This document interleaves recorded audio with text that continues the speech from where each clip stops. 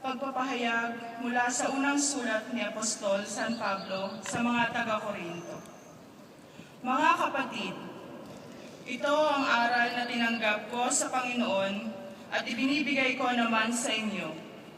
Ang Panginoong Jesus, noong gabing siya ay pinagkanulo, ay dumampot ng tinapay.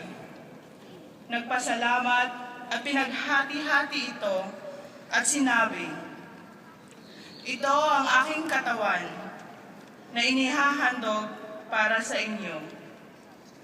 Gawin ninyo ito sa pag-aalaala sa akin."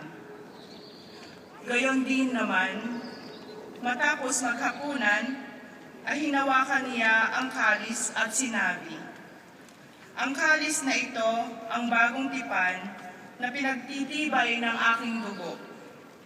Tuwing iinumin ninyo ito, gawin ninyo sa pag-aalaala sa akin. Sapagkat tuwing kakain kayo ng tinapay na ito at iinom sa kalis na ito, ay pinahayag ninyo ang kamatayan ng Panginoon hanggang sa muling pagparito niya. Wort des lebendigen Gottes.